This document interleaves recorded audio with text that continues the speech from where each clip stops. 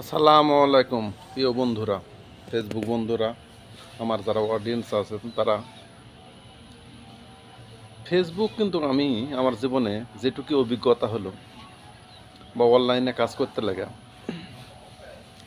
এখানে কিন্তু কাজ করতে হলে আপনার ধৈর্য শক্তি আর মনোবল যদি ঠিক না থাকে তাহলে কিন্তু এখানে কাজ করে আপনি সফল হতে পারবেন না।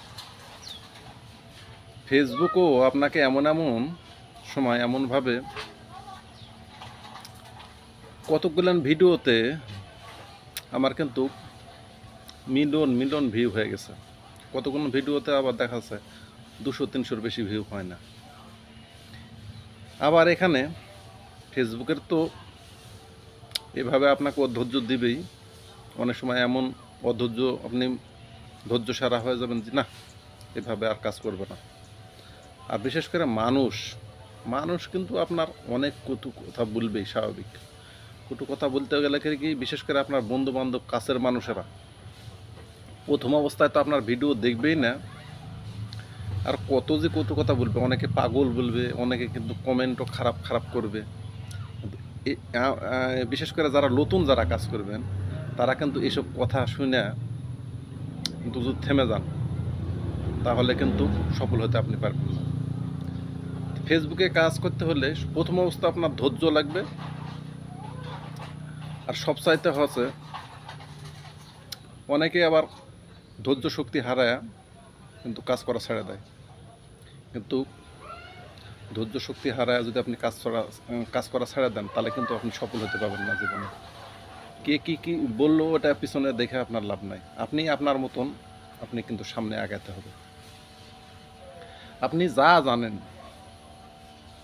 যেটুকি আপনার বেনে আসে বা মনে আসে সেইটুকু আপনার মতন করে আপনি বলেন না, আপনি কাজ চালান। আল্লাহ দিলে দেখবেন যে একদিন না একদিন আপনি সফল হবেন। আমার কথাই আমি বলেছি, প্রথম অবস্থায় যখন কাজ করি এত কথা শুনতে হয়েছে মানুষের, এখনও যে কথা শুনতে হয় না তাও নয়, এখনও কিন্তু কথা শুনতে হয়।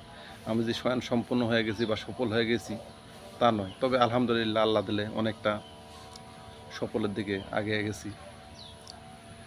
তো বিশেষ করে যারা নতুন যারা কাজ করবেন তাদেরকে বলবো, ভাই কে কী বললো ওটা দেখার বিষয় নয়, আপনার মতন আপনি আগে যাবেন। অনলাইন এমন একটা জায়গা, আপনি এখানে যদি শ্রম দেন তাহলে একদিন না একদিন আপনি সফল হবেন। এই অনলাইন থেকে আপনার অনেক ভাই বাদার আছে বা আপুরা আছে, লাখ লাখ টাকা কিন্তু মাসে কামাচ্ছে, কিন্তু কিছু মানুষ সেই জিনিসটা বুঝতে চায় না বা বোঝে না। সারাদিন কিন্তু মোবাইল নিয়ে ঠিকই কিন্তু সময় কাটাচ্ছে, গেম খেলোছে, অপচয় নষ্ট করেছে সময়। কিন্তু আমি কিন্তু অপচয় সময় এখানে নষ্ট করি না, ডিউটির সময় কিন্তু ঠিকই ডিউটি করি, ডিউটির সময় ঠিকই ডিউটি করি, ডিউটির ফাঁকে যখন সময় পাই সেখন কিন্তু যেটুকুই পারি এখানে সময় দিই। এই ধরলাম এক সপ্তাহের পর যদি একদিন ছুটি পাই বা 15 দিনে একদিন ছুটি পাই বা মাসে যদি একদিন ছুটি পাই, ওখানে আমি কিন্তু কম করে 10টা-15টা ভিডিও বানায় রেখে দিই যে আমাকে আরও 10 দিন কিন্তু সময় পাবো না, 10 দিন ধরে কিন্তু আমাকে ভিডিও করতে হবে।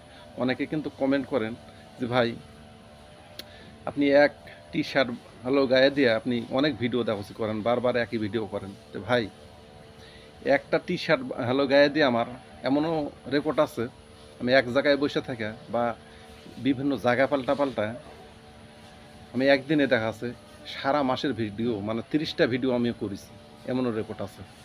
তার কারণ আমি 30টা ভিডিও যদি করে না রাখি, আমি যদি 30 দিনে দেখা আছে ওই 15 দিনে 30টা ভিডিও আমাকে ছাড়া লাগবে, দিনে 2টা ভিডিও ছাড়ি, আমি ওই ভিডিওটা যদি আমি সংগ্রহ করে না রাখি আমি অন্য দিন কিন্তু আমি সময় পাবো না।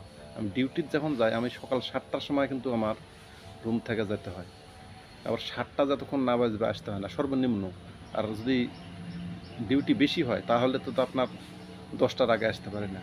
তাহলে এখানে আমি ভিডিওটা করব কোথায় আর বানাবো কোথায় আর কখন এডিট করবো আর কখন ছাড়বো, সব কিছু মিলে আমার এই জিনিসগুলোর মাথাতে রেখে কিন্তু কাজ করতে হয়।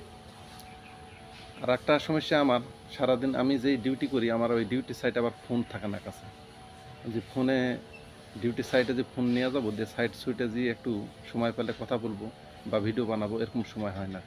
তো ঠিক আছে, ভালো থাকেন, আমার ভিডিওটা অনেক লম্বা হয়ে যাচ্ছে কথার পিছনে কথা বলতে লাগলে। আবার কোনো নতুন ভিডিও নিয়ে আপনাদের মাঝে দেখা হবে। আল্লাহ হাফেজ।